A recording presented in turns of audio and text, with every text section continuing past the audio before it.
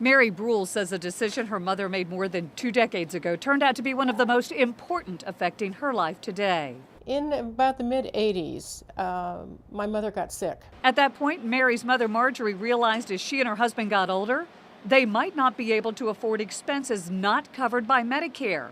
So she invested in long-term care. I began to wonder about how long would our money last if we lived a long time. You're responsible for covering the costs of your long-term care needs, whether it's buying a long-term care insurance policy, whether it is paying for it out of pocket, or relying on the help of family and friends to provide your long-term care needs. Michele Manzo-Lembo is with Always Best Care Senior Services, an agency that helps families with in-home care and assisted living.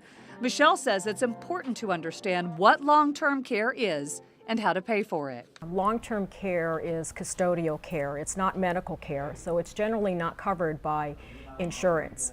Common misconception is that long-term care needs will be covered by Medicare, and Medicare only pays for long-term care needs under very limited circumstances. According to AARP, long-term care can include changes to your home to make it safer and easier to get around, technology that helps you stay independent, and help with housekeeping and personal care like bathing and getting dressed. Here are some ways to figure out if you're a candidate for the policy according to Consumer Reports. First, add up the income and assets that you and your spouse are likely to have for living expenses and to pay for long-term care. Figure out how much you should be able to pay out of pocket for your care and how much you would want an insurance policy to cover. There's also the elimination period to consider, which means you will need to decide how long you are willing to cover your own care before the policy kicks in.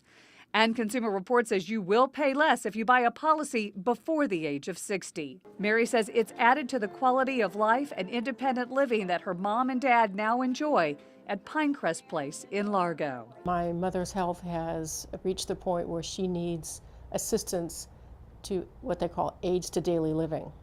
And their policy covers such assistance, and so she has a home health aide that comes in daily to help her with these aids to daily living.